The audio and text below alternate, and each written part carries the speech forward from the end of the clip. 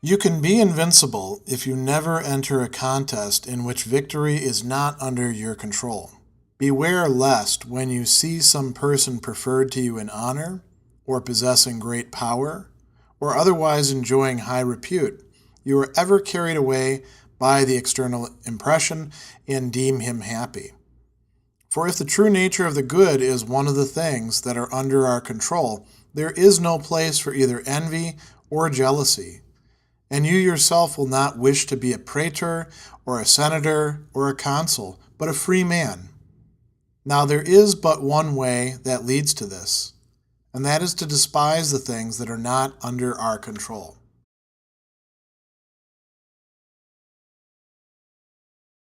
Chapter 19 begins with this observation by Epictetus about what it would require for us to be invincible, that is, unconquerable, or in the Greek, niketos. Nike means victory. And one of the common drives that we have as human beings is what the Greeks called philonikia, meaning the desire to win, the desire to beat out the others in competition.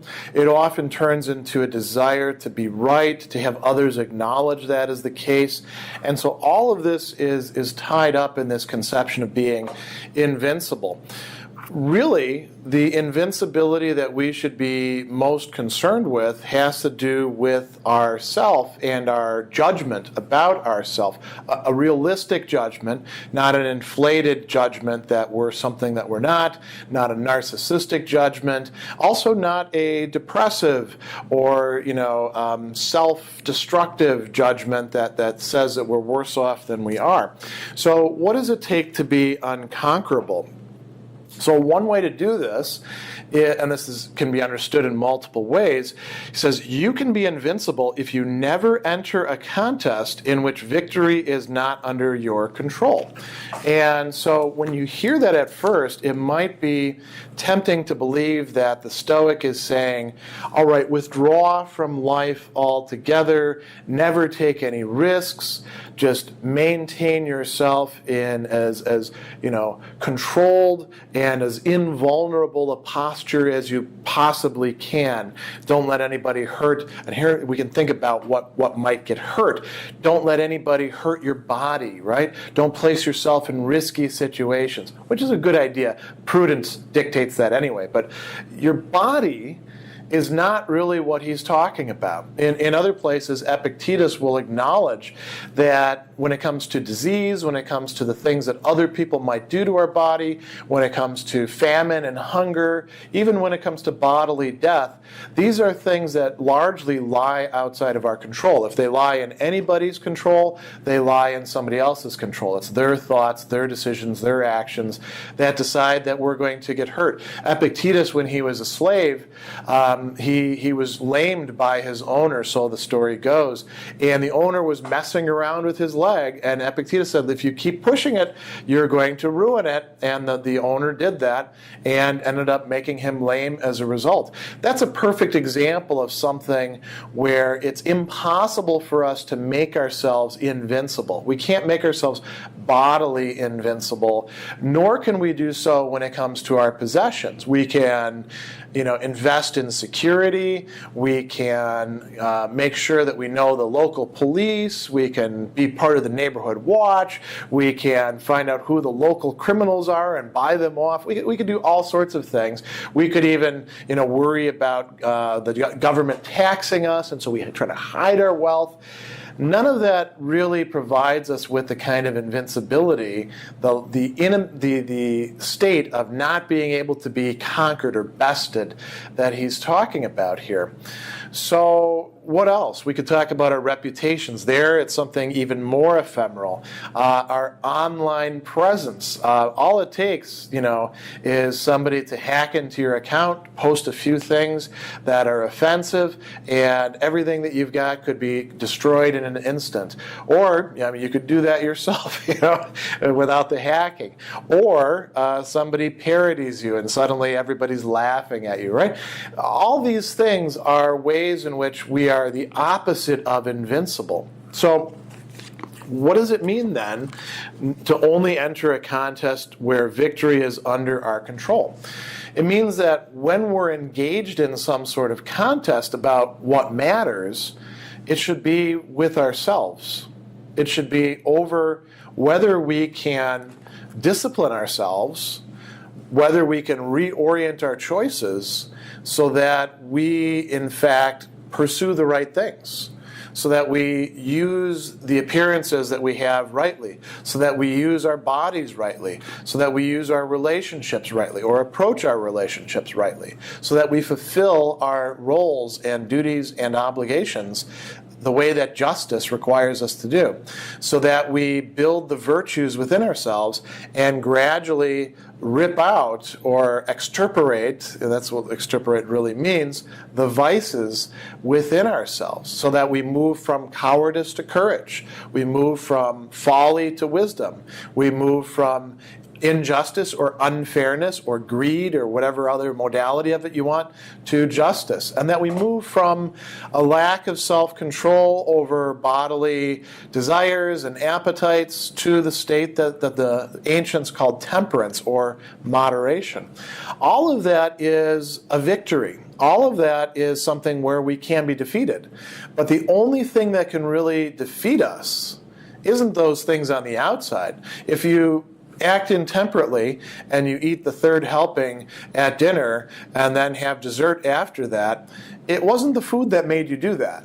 The food, presented itself as an appearance to you saying, you're going to love this. Come on over here and get it. But you and your desires directed yourself that way. And you could have resisted if you had, some Stoic dogmata ready at hand, and you decided, I want to think this decision out in terms of my larger goal of having my faculty of choice in accordance with nature, in terms of developing and deploying the virtues. So all of that is just commentary on the first sentence. Let's go on and look at the examples that he has. These are examples that were common in Epictetus's time and culture. They're very common in ancient cultures all across the board, civilizationally, and they are just as common in our own time, probably because they're part of the human condition that we're going to see over and over again.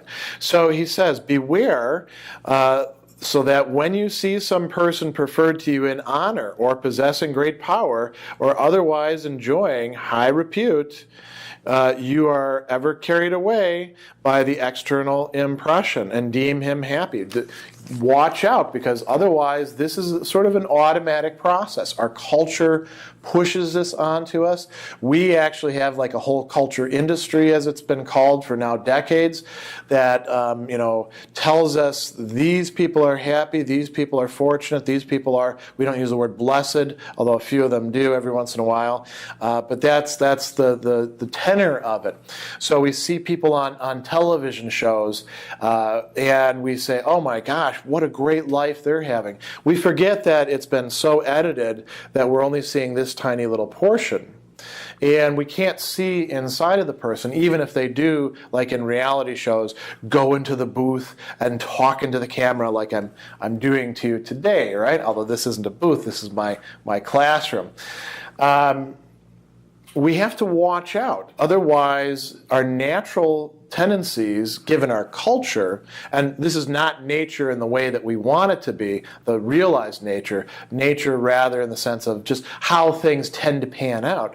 Our tendencies are to mistakenly assume that these people are happy. Why are they happy? Well, like you said, somebody who is being preferred to you in honor. The Greek for that is protimoremenon, right? Or somebody who has a lot of power, somebody who is megadunamenon, or somebody who is enjoying high repute, eudoki munta, right? And he says, don't believe that these people are actually happy, although the Greek term there is makaries, which means blessed. It's a state beyond mere eudaimonia in a lot of philosophers, and it means to be enjoying everything, bliss. This is something that a lot of people think, and this is what we see, leading people on. If I could just get that next rung in the hierarchy, I'm going to be so happy. If I could just, have a YouTube channel with 100,000 viewers instead of, 1,000 viewers, then I'll be somebody. Well, this is how we often say it. I'll be somebody. If I could just have a hit single, right? If I could just have that big house like the person who I admire has, if I could just have the spending power that they do, if I could eat in the kinds of restaurants that they do, if I could have the kind of girlfriend or boyfriend or spouse that it seems like the beautiful people have. And we could go on and on and on and on. So what are we supposed to do? He says, don't get carried away by the external impression. We have flooding towards us all the time appearances, fantasia, and they tell us stories about how happy those people are, about how wonderful it is to enjoy these external goods. So he says, if the true nature of the good is one of the things that are under our control, then there is no place for either envy or jealousy. And the terms that he's translating there are phonos, envy, and zelotupia, for jealousy. And a little bit more about this. Zelos can also mean something like emulation. When you see somebody, for example, let's say you're a musician and you go to a show and you see somebody. A great example for myself, I've seen Bela Fleck play. Bela Fleck is an amazing banjo player, and he's not just able to do bluegrassy kind of traditional banjo stuff. He plays the entire gamut. He can play classical music, he can play rock and roll, he can play, whatever you want. He is a virtuoso. And I've gone to see him at the show, and I felt that pang, that sort of desire to be like him. I play banjo, but at a very low level, nothing remotely like what he can do. And Aristotle, for example, says zelos is a good thing. It drives us to try to be better. It's a sign of good character. But it can easily turn into something that, makes us feel bad, that, drives us in certain ways. And we want to be free of that, according to Epictetus and the Stoics. So he says, if what's really good for us is what's in our control, what's within us, then when you see the rich, famous person who's also, just killing it, as we say, right, in so many different ways, are they actually enjoying that? Well, you don't really know. The things that they are enjoying aren't the sorts of goods that we ought to be jealous or envious of.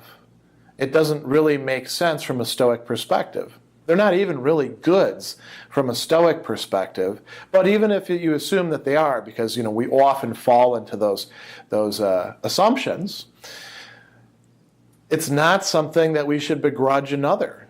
So if somebody else gets the position, then should I say, I should have gotten that position. I should be in that role.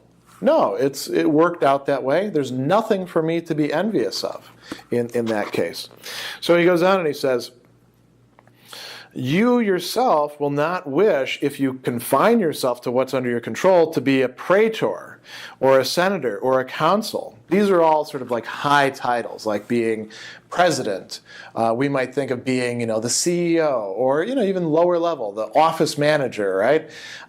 If you're focused on what is within your control and you're finding your good there, you're not going to be upset by the fact that you're not getting promoted the way that you think that you ought to, or other people whispering in your ear think that you ought to.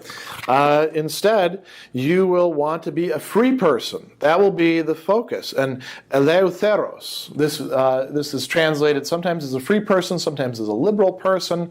It means a person who actually gets to decide for him or herself. And he goes on and he says, now there is but one way that leads to this. and that is to despise the things that are not under our control. Despise doesn't mean to hate. The Greek term for it here is kataphronein, which means literally to look down upon. So it's not to look down upon by tilting your head back like this. It's to realize that those things really that are not under your control, like power, prestige, position, celebrity, lots of money in the bank, all these sorts of matters, they're not under your control, and you don't have to say, "Oh, I hate them." That would really just be being, enthralled to them as well. You say they aren't that important. They don't matter that much. That's what it is to look down upon them, or as he's saying here, to despise them. Bear in mind that it is not the man who reviles or strikes you that insults you, but it is your judgment that these men are insulting you. Therefore, when someone irritates you, be assured that it is your own opinion which has irritated you. And so make it your first endeavor not to be carried away by the external impression. For if once you gain time and delay, you will more easily become master of yourself.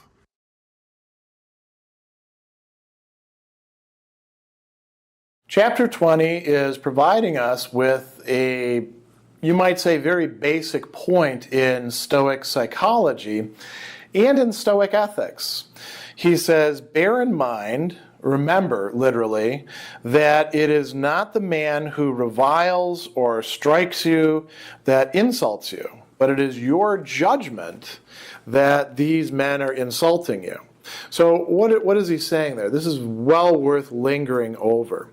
So to begin with, the Greek term that's reviling you or striking you, loideron, to speak in an abusive way to somebody else. Hey, jerk. I'm not going to actually swear on this in the commentary thing, but you could supply whatever you want. Telling jokes about you, picking on you, all these sorts of things. Criticizing you unfairly would be an example of that. Striking you, tupton, that literally means to whack somebody, right? And now the term that he's using here for insult is hubridzein. And this is a term that has a lot of resonance in Greek. It can mean insulting. It can mean doing, wanton injury to somebody. It has a wide spectrum. And we feel ourselves oppressed in this way an awful lot. Sometimes by people who didn't even mean to do it. Sometimes, and this is going to strike us as kind of crazy when we put it this way, by people who are half the world around from us and have never met us and probably never will meet us, but who we see on a video, or we read the column that they wrote in, I don't know, the New York Times or the London Times or the Bangladeshi Times, whatever it happens to be.